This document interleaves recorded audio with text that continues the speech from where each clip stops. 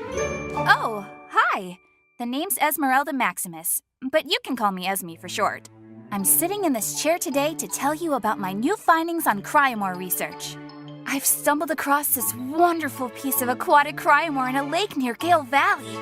The pH balance is on a perfect 7. I've never seen anything like it before. Usually it's either too muddy and dirty or too staticky and... Esme, you're doing it all wrong. You're supposed to be talking about the game. Game? Ugh, the biographical interactive device about your quest for Cryamore. Remember? Oh yeah, that! Sorry, folks. Yeah, Brax and I are working on this game with these guys Alan and Rob and a few other awesome people. It's supposed to be one of those fantastic voyeurisms of the melancholy of, well, me. But I'd rather they all just help me find Cryamore. Ha! Suck it up, Esme. You know you love it. You're right, bro. I do. Anyway, it's an independent venture. I'll be putting the findings on my compy device in the base. What? Not your independent venture. Alan and Rob's. I can't talk about myself? Not yet. Don't make me come up there. I'll kick you out of the seat and do this myself. Ugh. Fine. Alan and Rob's independent venture, which will be released on PC, hopefully Steam, and Mac OS X? Why Steam technology? Do they not know Cryamore is what's up nowadays? Steam is such an outdated resource and has been obsolete for so many years since we discovered. I think that's a company, Esme. Well, that company should upgrade to Cryamore. It's the only way. And all the cool kids are using it. I'll have to let Alan and Rob know about that one. Not feeling that at all. Continuing on. It will be a single-player action-adventure game featuring lush hand-drawn visuals. Lush. I've always fancied that word. Lush. And a soundtrack that will strike a chord with your nostalgic side. What's interesting is that it's apparently all inspired by legendary heroes I read about in the history books. Like Sir Link of Hyrule, the first woman to travel in space, Lady Aran, mono-magicians and blue robots and midget samurais galore. Ugh, must be conversing about geeky things again, huh, you two? I will never understand why you all ramble about such meaningless thingamies. Bliss, get out! We're recording very special moving images. We call it the video. What in the world is a video? I just told you!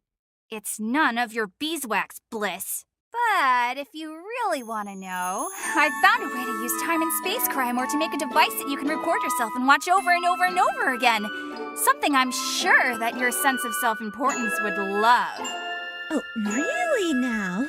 Well, can I be recorded too? No! Oh, I won't say a word, Esme.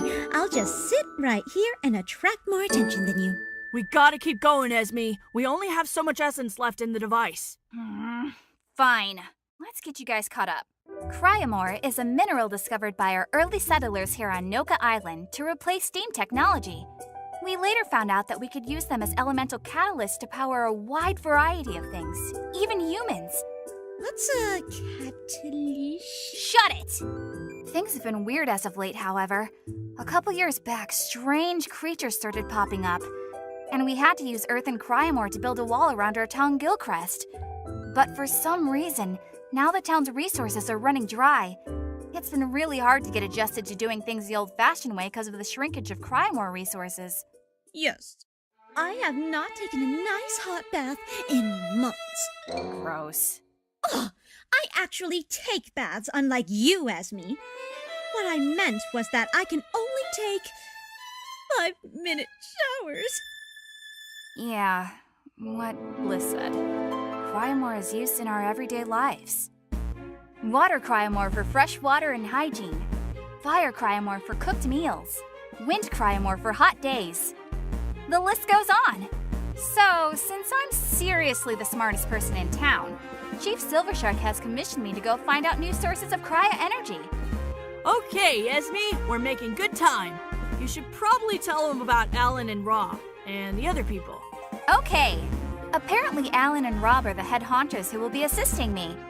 They're both exquisite artistes. I should know. They made me look downright genius in their reports. Did they make me look cuter than I already am? Anyway, Rob's completely self-taught. He has years of freelance work under his belt. He also worked on Skullgirls as a cleanup animator, and he's also working for Udon, Namco Bandai, and Capcom. Those names are making me feel famished. Is Capcom a cereal?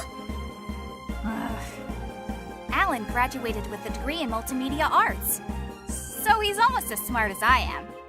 He's also the main programmer of the duo, even cataloging another quest called 8-Bit Bastards. I bet I could do all that too. I'm sure you can, bro.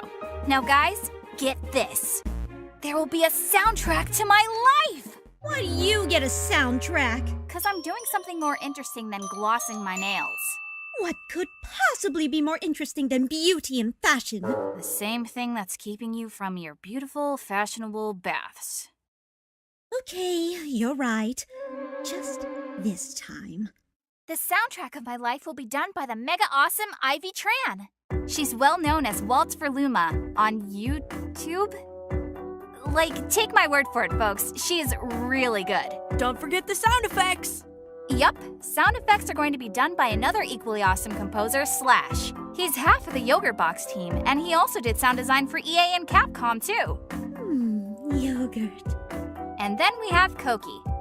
He's a pixel animator and illustrator working for 7th Chord, a developer in cahoots with Namco Bandai. And man, can he animate! Kinuko is an artist and animator known for working on Scott Pilgrim and lead animator on Skullgirls. It states, she got mad street cred, yo? And finally, Jordan.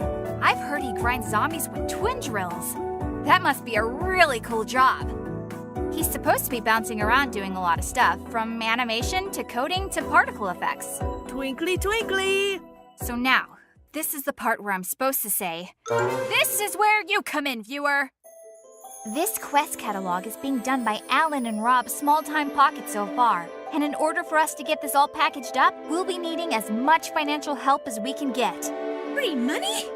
No, Bliss. You won't be able to use any of this money, and it's not free. These guys need it so they can cover cost.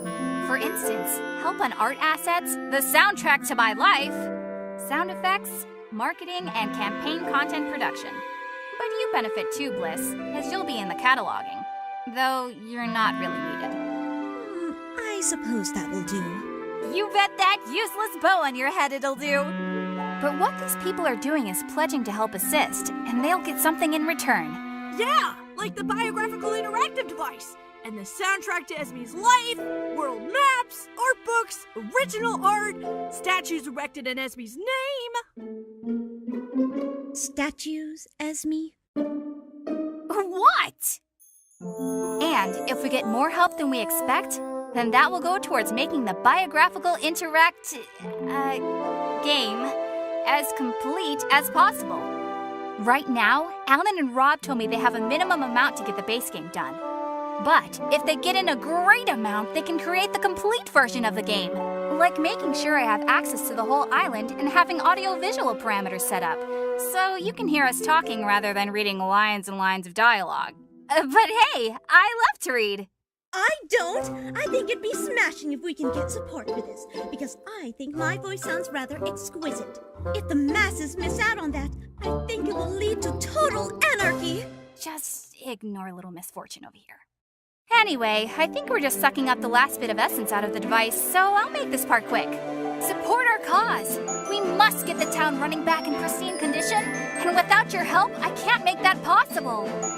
So Cryamore, get it! How's that, Brax? I forgot to press record. What?